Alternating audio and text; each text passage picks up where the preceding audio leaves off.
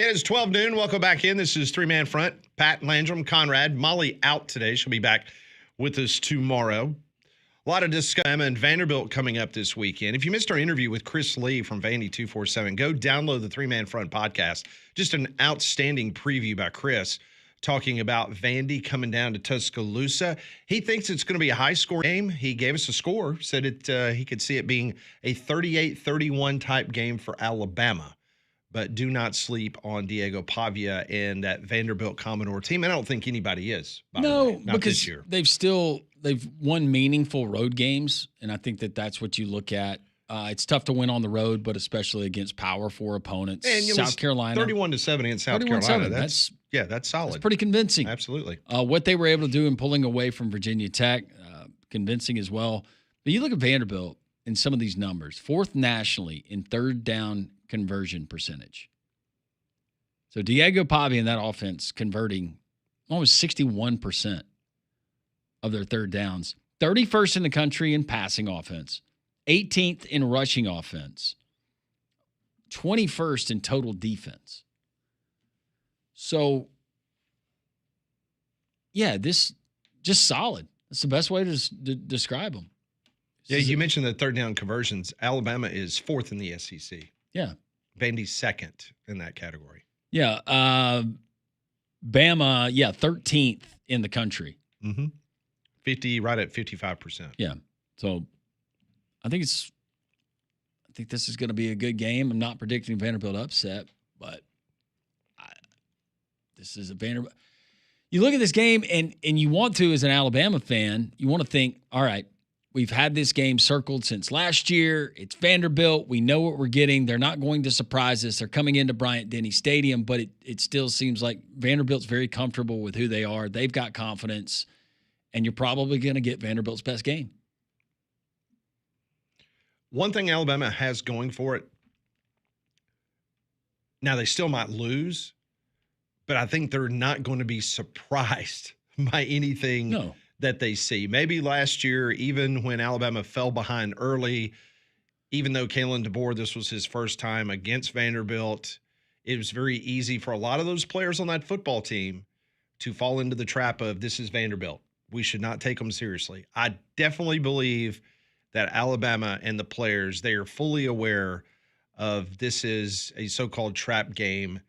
Vanderbilt might line up and just beat them straight up, but I do not think it's going to be a shock whatsoever, whatever you see at Bryant-Denny on Saturday. No.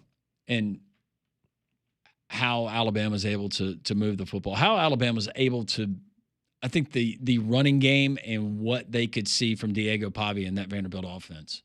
Is that going to be Clark Lee just kind of mucking it up, eating clock, shortening the game? Using a lot of design runs from Diego Pavia, where at the end of the game, he's got grass all over his jersey, got a clump of mud in his helmet, and he's got 300 all-purpose yards. Who knows? I think Clark Lee knows that that's probably their best path to victory. Yeah. Bama, a 10.5-point favorite. Last week, I reviewed a bunch of what you call in the business as tout sheets. I think a lot of you out there, you understand what that word is. It's handicappers, whether it's Gold Sheet. It's my 5-star play of the week. Absolutely. And so I have access to a great number of those.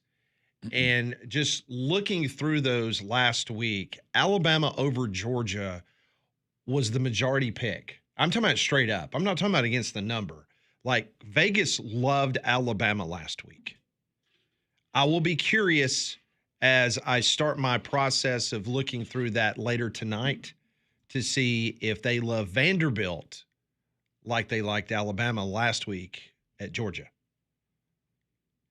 I got a feeling a lot of them are going to love the points. And some folks might even just call out for the straight-up upset of 10.5. It was interesting because I was talking to the suit this morning, and he was, telling me kind of how he saw the game playing out. And he basically said, I think either Vanderbilt's going to win the game or Alabama's going to beat them and absolutely throttle them. Where it's a 20-plus point victory for Alabama, never really in doubt, and you come out of that going, okay, that's what you expect an Alabama versus Vanderbilt game. to look like in the past. You just want to sample from one of these. It's not a tout, but I guess it is kind of a tout. It's an online. They give their description of the game. This is just the early week peek in. But it said, so while Vanderbilt's defense could give up some big plays, the overall pace and style from both sides still point toward a modest total. Lower scoring game here with 56.5 feeling a touch high. So we get more of what we got last week in Athens? Under 50 points? I mean, it's possible. Do they have a lean right now? No. Well, no, not on a side, just on the total. I will say this: if it goes under, I think that absolutely plays into Alabama's favor, because that means that defensively you were able to stifle what they can do, and maybe that's, Alabama wins 34-14 or something like that, and you're like, wow, yeah, that defense just really showed up today. Because I don't think Vanderbilt defensively is going to be able to give Alabama a ton of fits. Now, I could be proven wrong on that, but I would think a low-scoring game would definitely lean in Alabama's favor over Vanderbilt's. I think Vanderbilt wants it to be 48-45, right? Because they think that's their best path to victory. Well, and just take care of the football. If you're Alabama, been good at it so far. That's one thing that you have going for you. That bit you last year. Yeah, and you give up 40 points. Saw a player kick a football. Yes, we did. He was not a kicker. And then we saw him on Monday Night Football. I was about to say, now he's snapping people's legs in half. Destroying Tyreek Hill's leg. Wow. Hugh Freeze, a few moments ago on the SEC teleconference, speaking on the Oklahoma and Texas A&M losses, he says, we had a chance to win both if we coached a little better and made a few more plays.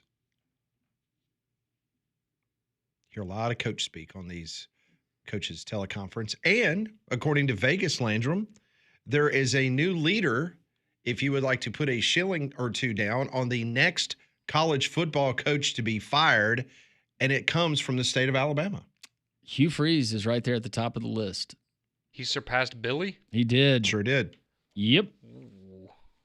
And I don't know what made me look at it this morning, but I said, let me pull it up. I wonder if Hugh Freeze has made the list. Not only did he make the list, he's at the top. He's at the top of the list now. Hugh Freeze of Auburn listed at plus 200. Billy Napier at plus 250, followed by Luke Fickell at plus 450. Scott Satterfield at Cincinnati plus 550. Mark Stoops, Kentucky, plus 600. Arizona coach Brant Brennan at plus 900. David Braun, Northwestern, plus 1,200.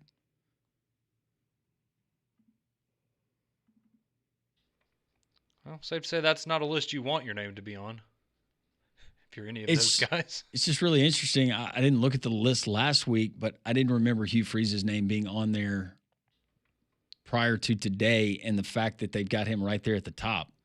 Anything we should read into that? I mean, after the Baylor game, he got removed from all those lists, I thought, just about. I mean, listen, we love talking about the Vegas odds, especially at stuff like that, but just think about some of the crazy names that they throw out there when you start looking for replacements for jobs.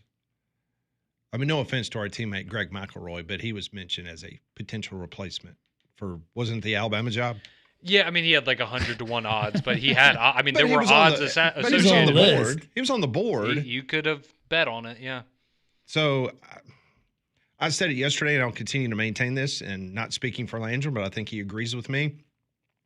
I think the next two games for Auburn will help dictate what Auburn does moving forward with Hugh Freeze. Yeah. I think he is feeling the most pressure that he's ever felt at Auburn, and those two games are going to be paramount on his future. Yeah, if you start out 0-4 in the SEC in SEC play to get to 8-4 for the third consecutive year, that would be 0-4 in the SEC. Yeah, I realize what the roster was, but save it. I think a lot of Auburn fans are past that now. It's a results-oriented business. I forget the coach who said it. You either pass or you fail. And coming within a touchdown, that's wonderful, but the other team is winning by a touchdown. How are they able to do it? So he's got to get some things figured out. Starting 0-4, and then with the games that you still have left, with no guarantees, with maybe the exception of Mercer and Kentucky. Yeah, I imagine you drop these next two, then we could have some very interesting radio shows. I know we're monitoring it down the hallway, but this is being sent out now amongst the media that's listening to the teleconference. Hugh Freeze on the SEC teleconference. If anyone looks at reality, we could be 4-0. Stop.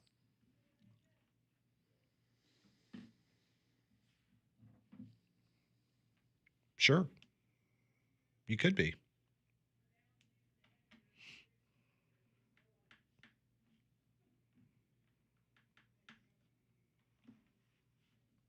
Anyway. There's a reality where Arkansas was 4-0 going into the Notre Dame game, and their coach just got fired. Well, it just takes me back to the Arkansas post Arkansas when he said it, I think, on Tiger Talk last year, right? Oh, yeah, if we played them 10 times, we beat them 9 out of 10 times. Well, you just played them, and you lost, so. Yeah, we will continue to monitor the SEC teleconference as right now Hugh Freeze is the one discussing things. It was made official this morning. We talked about it yesterday briefly on the show, but the city of New Orleans has officially been giving the national championship game coming up in a couple of seasons. They have not played there since Joe Burrow won the national championship. So it's coming back in 2028 to New Orleans. That's your year, BK. Also made official. You remember when Scott Hamilton, friend of the show from the Charleston Post-Courier, he broke the story internationally a couple weeks ago before On3 tried to steal his story. And he reported that the Big 12 was going to be playing a game in London, England. Well, the Big 12 this morning officially announced that the Big 12 will play the Union Jack Classic at Wembley Stadium in London on September 19th, 2026. Arizona State will be taking on Kansas. So the Sun Devils and the Jayhawks. Rock Chalk. Yep. So that is now official. So you just wonder how many more overseas games that perhaps the Big 12 and Brett Yormark will want to put on the books. Yeah. And who knows what that looks like by the time we get to that game. But the appeal would be the game is at Wembley, and it's a college football game. So on the surface, that you're going doesn't make me want to go out of my way to watch that particular matchup. I was about to say, you're probably going to that event because of the event itself, not the fact that it's Kansas and Arizona State. It's the venue. Yeah, exactly. You know, this month, brand new month at Courtesy GMC, you're going to get some great deals. Matter of fact, the very best deals you're going to find not only in this part of the country, but around the Southeast, because on a brand new Courtesy GMC Yukon, you're going to get thousands of dollars off. You're also going to be able to get the Sierra 1500 or go bigger with the Sierra 2500 HD. We're talking tens, thousands of dollars off. And it's not just trucks. You can drive off on a brand new Acadia, up to $5,000 in savings. Go by and see their wonderful selection of Yukons and Yukon XLs. That means Courtesy also has the 2025 Super Cruise hands-free driving model right there on site at Courtesy GMC. Plus, every new GMC comes with their exclusive 7-year 22 and trustful, or visit their online inventory at courtesybirmingham.com. You know, when you said that Hugh Freeze said in his coach's teleconference, Auburn could be 4-0. Played at five, the time right? that you've played 5 games. Yeah. It's been a long couple of weeks. Like I said, I just think we're not. We got Trey Wallace coming up talking college football at 12:30. More college football news and notes you need to know. 3-Man Front continues on Jocks.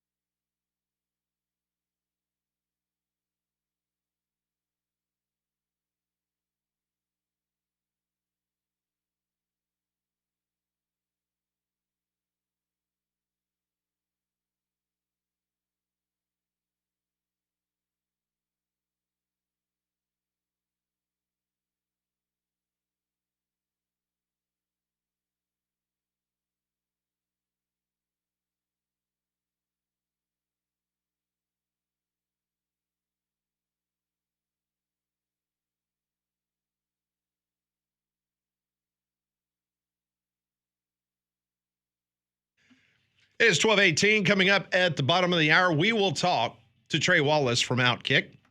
Get his thoughts on this weekend's slate of SEC action. But as the weather turns, your certified Mahindra servicing dealer, and just in time for the hunting season, their hunter's package includes a Mahindra 1635 with loader, trailer, bush hog, tiller, and spreader. Offers 0 down and just $450 a month. Artec has a full line of tractors as well as heavy construction equipment for those big jobs just north of Jasper on Highway 5, or visit their online inventory at artectractor.com. Landrum and I were just talking in the commercial break about potential openings or coaches that could be on hot boards. And a name that you've typically heard in the past was Jamie Chadwell, who is the head football coach at Liberty. Not to put you on the spot, Conrad, but do you have any idea what Liberty's record is this year? They played 5 games. They never play anybody. I'm going to say, but they lost Caden Salter. 3-2. 3-2? They're 1-4. Ooh, okay. Yeah, haven't reviewed the film on Liberty yet. That name will not be mentioned for some jobs. No. They beat Maine to open the season. They lost at Jack State by 10, at Bowling Green by 10, versus James Madison at home 31-13, and at Old Dominion 21-7. Yeah, you will not be hearing Jamie Chadwell. We've been talking about Snitker. 4 games, 4 losses at Liberty. That might get you fired. Yeah.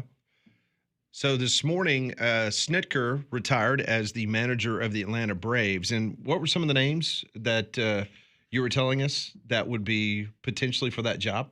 Got David Ross, played at Auburn in Florida, played for the Braves. Most recently, manager of the Chicago Cubs 2020 through the 2023 season. Joe Madden, which is interesting, 71 years old, but of course won World Championships and Manager of the Year. He is currently with the MLB Network. Mark DeRosa, former Braves player, WBC manager, Atlanta resident, New School Analytics. That's kind of what he's into.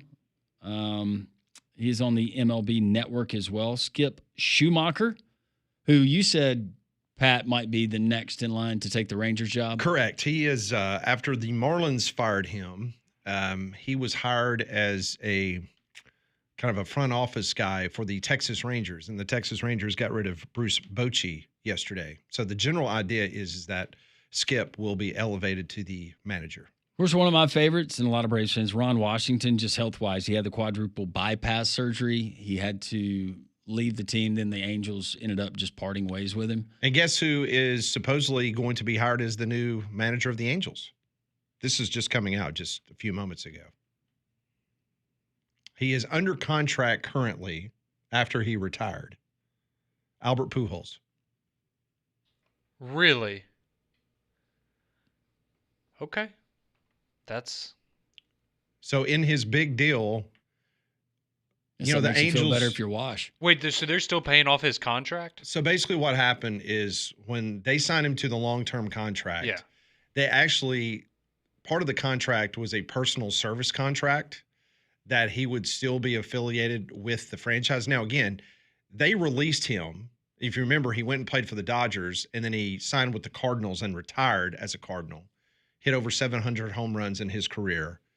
And so, but because of that personal services contract, he's technically still being paid by the Angels. And he's a favorite of Artie Moreno, who owns the Angels. So, yeah, the story is coming out right now that he is the leading candidate to take over for Ron Washington. Wow, that would be hopefully a better manager than player in his time in and his former teammate, Yadier Molina, who's going to be a Hall of Famer as well, former catcher of the Cardinals. He is the manager for Team Puerto Rico in the World Baseball Classic. And there's been and he's also been in the Cardinals dugout during the year as an assistant coach. So that thought is he would join Albert on the coaching staff? Might not join him there, but if things continue to go south in St. Louis, that would be Molina would be the first choice to take over for Oli Marmol.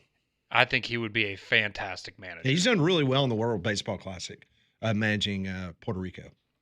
His baseball IQ is just Off the charts. One Very, last very name, good. Walt Weiss. He was thrown in there as potentially that guy. He could have had the Marlins job prior to the 2023 season, but he's been a bench coach there with the Braves for a long time.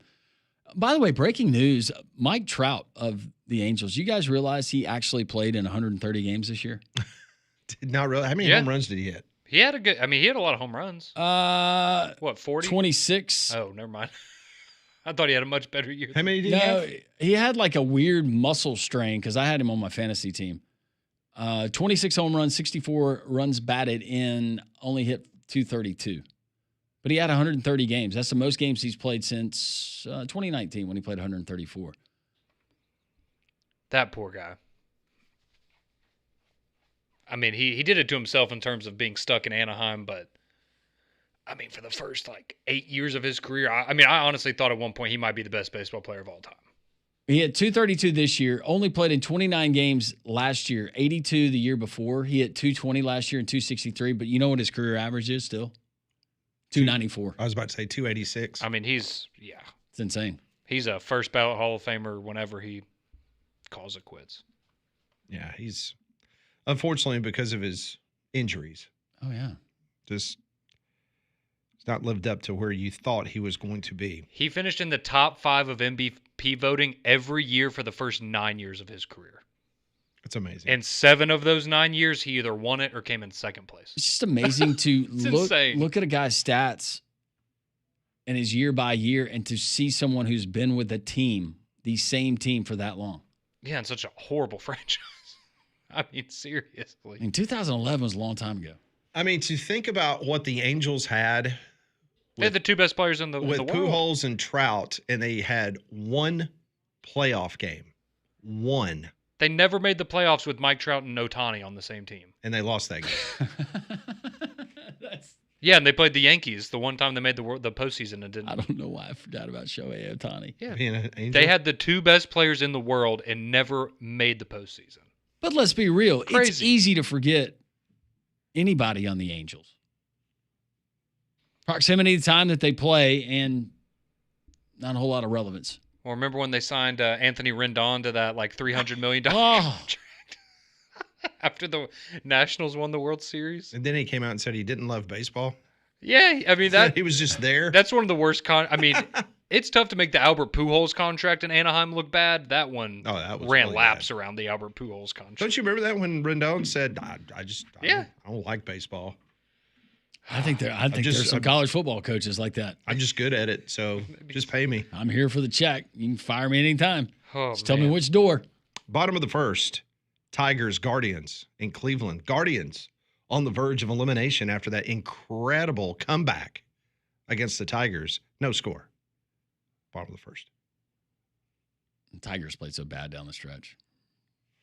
Well, can flush it and put it in the rearview mirror with a victory today. Yeah, they 'Cause can. they will be on to the next round of They were the pacing playoffs. themselves. I was about to say Scooble was excellent yesterday, and he didn't try to kill anyone. Conrad. Molly's not here today, so it's okay. Oh, that excuses. Just saying. Call it how I see it. Apparently so. Coming up next, Trey Wallace from Outkick. He will join next on Three Man Front.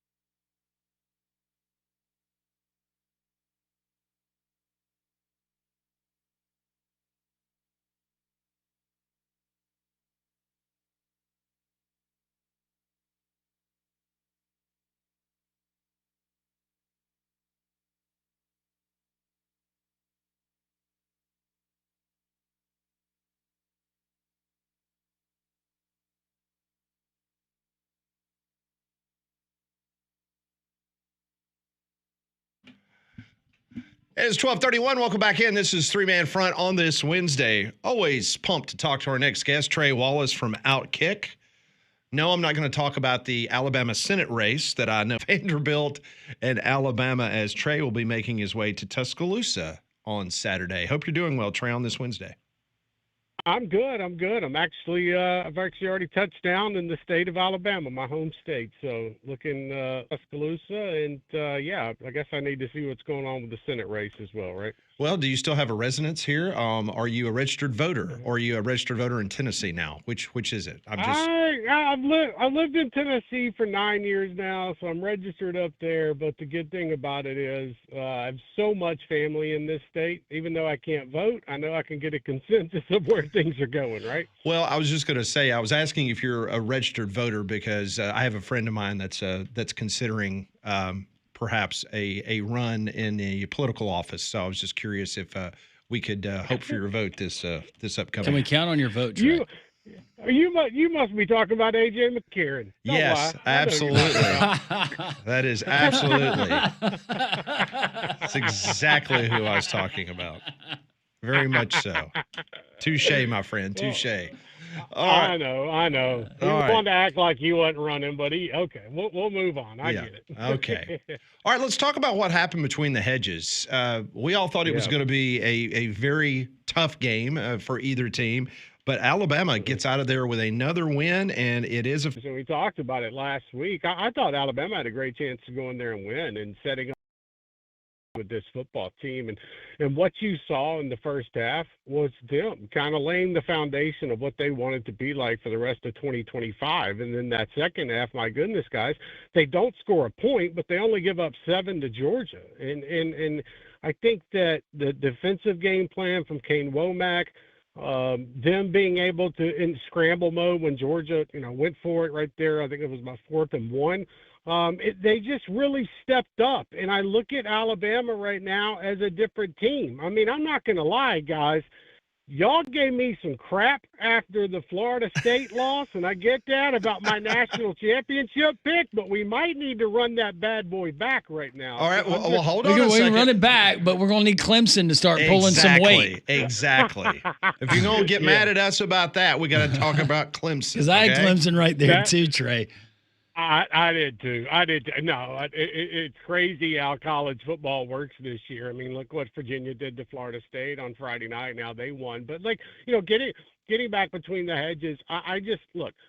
That was, you could sense it. I was right there on the field watching Alabama warm up, and then they get into a little huddle in the end zone, and they head off to the locker room before the game, and you could just sense it. There was something about this. You can get a feel when you're around a football team, and talking with folks around the Alabama program leading up to that game. They wanted to go to Georgia, and they wanted to make a statement, and that's exactly what they did. And this is a big weight off Kalen DeBoer's back, obviously. Ty Simpson, what he was able to do. I mean, and a lot of people were sitting there like surprised. I kept reading like social media during the game every now and then. They're like, oh my gosh, I can't believe Georgia's defense is giving this up to Ty Simpson. I'm thinking, you guys didn't pay attention to the Tennessee game, because Tennessee was dicing up Georgia's secondary and even across the middle of the field. So I give a lot of credit to what Alabama did. They got to back it up now. But I'm just saying that was if you're talking about a monumental win for 2025, and I know we have a long way to go in this season, they got off to the right foot there. And let's be honest, Alabama, the strength of this football team, I think we can all agree to this point, it's been the offense, the aerial attack, and the play of their quarterback, Ty Simpson. How much has he exceeded your expectations, Trey? He really has, and it comes after he was running for his life in Tallahassee. That was the other thing that kind of stood out to me. He didn't have a lot of time in the pocket, and I think that him also getting comfortable outside the pocket in Georgia. There were times where he got off the edge a little bit, found plays down the field. You look at his receiver stepping up besides the one drop pass, and each team had a wide open drop pass for a touchdown in that game. But it just feels like Ty Simpson grew up. And maybe he's always been like this heading into the season. He might have, but the way that his teammates surrounded him, the way that his teammates were able to lift him up at times. And then you look at this game where Ty Simpson is leading the charge. And I just think, man, talk about somebody growing up in a span of a month. And that's exactly what you saw out of him. And you got to give credit to Ryan Grubb, his OC, as well, for putting him in good spots. So I look at Ty Simpson and I think, okay, if they can get this out of him for the rest of the season, this could end up being a special year when everybody was jumping ship 4 weeks ago. Trey Wallace joins us from Outkick. He joins us each and every Wednesday on the program as we kind of look back to the weekend that was and, of course, what's straight ahead. And straight ahead for Alabama is what's next, and that's Diego Pavia and Johnny Manziel, who will be on the sideline for the Vanderbilt Commodores. Just your preview of this game, and is this a proverbial trap game for Alabama? It's crazy anymore. And maybe that changes after the 2025 season. But this just feels like an opponent coming in that is really good. To me, the offense stands out. I think Alabama's going to score some points on Vanderbilt's defense. But it's all about, can they stop them on third down? And what we've been able to see out of Diego Pavia. And I'm not trying to blow smoke up folks' rear end listening to this right now. And I know some might be riding down the road or listening at work or however you're listening. And you're thinking, Vanderbilt, oh, my goodness. We've got to get that mentality of the old Vanderbilt, I think, out of the loop here. And when we do that, I think the biggest thing that we can have moving forward is a little bit of respect for what they have done, what Clark Lee has done, because I do think it's been special. But at the same time, I understand where folks are still kind of like, oh, it's the grandpa's Vanderbilt, or it's the Vanderbilt from 7 to 8 years ago. I think this is going to be a game, guys. I think this one goes into the fourth quarter.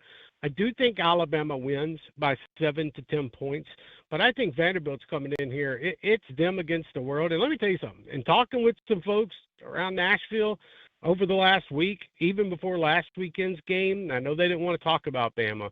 And then Sunday and Monday, this squad is heading down to Tuscaloosa with no fear.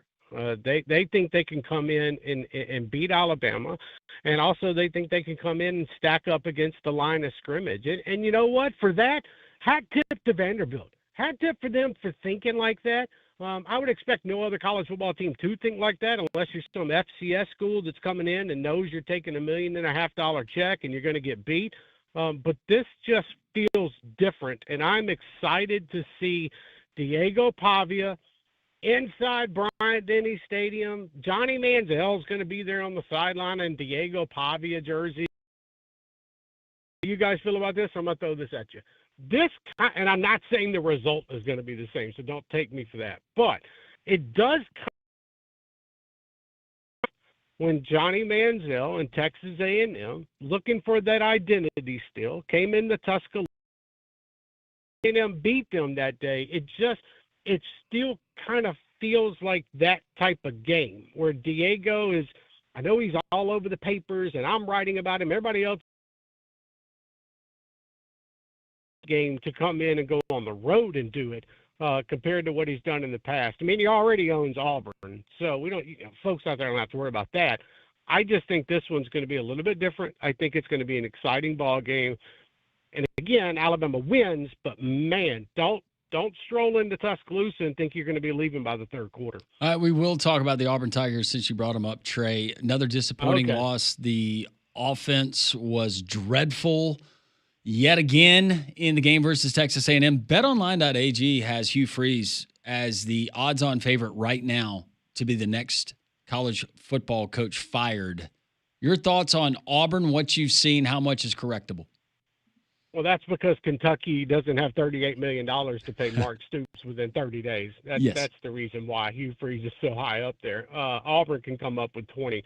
I look at Auburn right now, and I see a team that does not have an offensive identity. It kind of reminds me a little bit of Billy Napier last season, where he had to pull the trigger and go with DJ Lagway once Graham Mertz got hurt. I think Auburn might have to go with Deuce Knight here. They've got to bring some type of excitement back to this football team. If you were an Auburn fan and you went to College Station last week, I'm sorry that you had to sit there and watch your team go 0 for 13 on third down, look stagnant, can't run the football. Jackson Arnold at times looks like a statue in the pocket. We all came into this season and we were thinking, all right, it's going to be a different Auburn offense. They're going to score a bunch of points. They're going to keep them in games. The defense should be good. I'm just telling you, the offense just let them down. And I think that there is going to be some tough decisions that had to be made. But I will say this about Hugh Freeze. And one thing, I wrote an article about this the other day. It's knowing when you're going to be able to pull the trigger on a coach if you decide to let him go. Okay, well, I hope you realize, and I'm not saying this is a reason why Hugh Freeze should stay at Auburn. Please don't take it that way. But what I am saying is, as fans and boosters, just understand Cam Coleman, he's probably going to be gone. Deuce Knight, he's probably going to be gone. All these players that you spend a lot of money on with NIL, these are the ramifications of what happened. And the reason why you're not seeing that much at like Arkansas, with Sam Pitt, it's because they didn't spend a lot of money on NIL, if we're being honest. I know what the number is. But you look at Auburn, and I don't know if they can get rid of him. But at the same time, if this gets to a point, guys, where they only win, let's just say 2 more games this season, there are folks in Auburn that told me before the season started, I had a conversation down in Mobile. I was at a dinner with a couple of Auburn boosters and one BOT member. And if Hugh Freeze didn't get to 8 wins this year, he was going to be fired. So I think we're at a point right now where they got to make some changes. They don't have a lot of time to do it. And for the love of goodness, man, you've got to get that fan base excited again about the program, because right now I think apathy's starting to set in a little bit. Trey, before we let you go, I want to ask you your opinion on the Ole Miss Rebels' impressive win at home against LSU. Many people, the analytics folks, they've got Ole Miss now with the best odds of any team in the SEC of making the college football playoff. Your thoughts on Lane Kiffin and his Rebels of 2025? So you're having to go back and look up what he did at Ferris State, over the last number of years. And I give a lot of credit to Lane Kiffin. That is, you guys know this. That is not a tough decision when you've got Austin Simmons in that quarterback room and you got Trinidad, but you're having to stay with you make the decision to stay with the hot hand, knowing that Austin Simmons was the guy heading to the season. So I don't envy Lane Kiffin for that. And he can say that Austin is not at 100%. He can keep harping on that. But if you're at 95%, you can go play college football. So I look at Ole Miss right now. I love what they're doing. I like what they're doing on offense. The defense has stepped up, and maybe we'll get more of a picture of that down the road, because I think LSU is absolutely lost on offense right now. I think Garrett Nussmeier is more hurt than Brian Kelly, and even Nussmeier himself is letting on. This ab strain that they're talking about, I think it's a little bit more than just an ab strain. That's my personal opinion. And so now – Ole Miss, not like they're going to be tested against Washington State. But what I am saying is this looks like a squad that's going to make that playoff run. SEC's wide open, guys. Yeah. Like wide open. Like Texas, okay, you got to go to Florida this weekend and handle Florida's defense. I get what they're doing with DJ Lagway. Georgia can do. LSU, the same thing. Tennessee, the same. Missouri right now, goodness gracious, with Bo Pribula, I mean, they best offenses in the SEC this year, and that's not a reality. So I like what Ole Miss is doing. I think this year, where there are a bunch of teams in the SEC that are viable for a playoff spot end of the year, about which Big Ten team that's better than the 3-loss SEC team. So rest of the way, and but I do appreciate what Kiffin is Trinidad Chambliss at quarterback. That is Trey Wallace. You can follow his work at Outkick. Enjoy your stay in your home state of Alabama. Should be a good game on Saturday on Bryant-Denny Stadium at Saban Field. Look forward to catching up with you next week. Guys, thanks for having me. Hope y'all have a wonderful week. Thanks. That's Trey Wallace joining us on the Higginbotham Hotline. You deserve solutions that are built for you. Higginbotham is your one-source solution for insurance, financial, and HR services. Well, kicking off tomorrow up in Coleman, it is the Coleman Oktoberfest, and it's going to run from Thursday through Saturday this weekend. And right now, we're about to give you a chance to win a pair of VIP tickets. So all you have to do is text the keyword FEST, F-E-S-T, to 205-834-9450, and you'll be entered to win. Again, you're going to text the keyword FEST, F-E-S-T, to 205-834-9450. Each winner is going to receive an $80 value, which includes 2 VIP tickets, giving entry to 3 VIP beer gardens, alcohol not included, 2 commemorative Stein $15 concession vouchers. For more information, go to ColemanOctoberFestival.com, and remember, that's October with a K. All right. We will dive into some of the comments that Trey told us about in regards to, could Garrett Nussmeier really be more injured than his head coach is letting on? He addressed it in this morning's SEC teleconference. We'll tell you what Brian Kelly said. All that straight ahead on Three Man Front.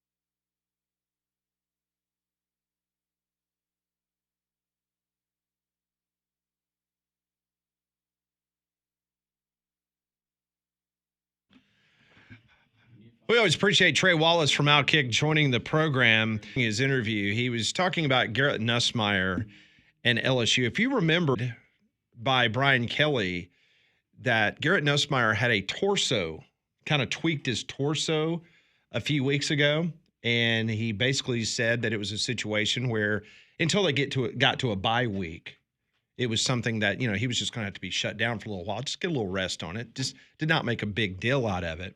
Well, there have been rumors and speculation over the last couple of days that the injury, now again, this is internet fodder. This is not being reported by any radio station, and we're most certainly not reporting it, that perhaps he's going to have in-season surgery because of this injury. So this morning on the SEC teleconference, Brian Kelly was asked about the speculation and rumors about Nussmeier needing in-season surgery. And this is a direct quote from the LSU head coach. That's misinformation. Those are not based on any facts. They're quite silly, actually. And I know you have to ask the question, so I am certainly not throwing you under the bus for asking it because people want to know, but this is misinformation. Yes, early on, he had an ab strain, not a core injury in terms of core injury to deal with. And it's been slow to heal. But as I mentioned, he is on the backside of that. He is getting rest this week. He will be the Garrett Nussmeier he needs to be as we get into the very difficult part of our schedule, end of quote. Well, it seems like Brian Kelly, at least after a loss, his tone and tenor with the media asking actual legitimate questions, thought he handled that one much better than he did a couple of press conferences ago. And interesting how that changes once you get your first L. Yeah, it's just it's kind of like when someone says something bad about you, and then 5 seconds later they apologize. Right. But then they continue on with he says that's misinformation. Those are not based on any facts. It's actually quite silly. Yes, but I don't blame you for asking the question. Yeah, but then he admits that he was injured. Right. So why would it be a silly question for you to ask because he was hurt? So all we're asking is, okay, Brian, he's been injured. Is this something that he could be surgically repaired where he wouldn't be injured anymore? But instead, he's saying this is quite silly. These are not based on any facts. Well, the fact is you've admitted, and he went on to say that he has been injured. So why would that be misinformation and it's not based on facts? The question is based on facts. I know I sound like an attorney here, but it's just like, I mean, he gets all pissed off when somebody asks him a legitimate question. Yeah. And the guy can't handle it. And the season's not lost, and LSU is a good team. But I understand the frustration, whether you're a Florida fan or where that's going, Auburn, where that program is right now, or at least the season is right now, I should say, not the program. So let me give you 3 coaches in the SEC. 3 coaches that, let's just be honest, the season has not, as of this moment, turned out the way that they wanted it to be. One is Billy Napier. Sunbelt Billy down in Gainesville. He keeps saying that Lagway is about to go off. I see it in his eyes. These are direct quotes from Billy Napier. So we're waiting on Florida to explode. Okay, we're waiting for DJ Lagway's pupils to dilate. Correct. We're waiting for them, and it's going to happen probably this weekend against Texas. Okay, then you've got Brian Kelly telling the media that Garrett Nussmeier is going to be who we need him to be in the very difficult part of the schedule. Well, you're about to play the hardest part of your schedule, but the easiest part, Garrett Nussmeier is throwing interceptions and not playing like a Heisman Trophy candidate. Fan base frustration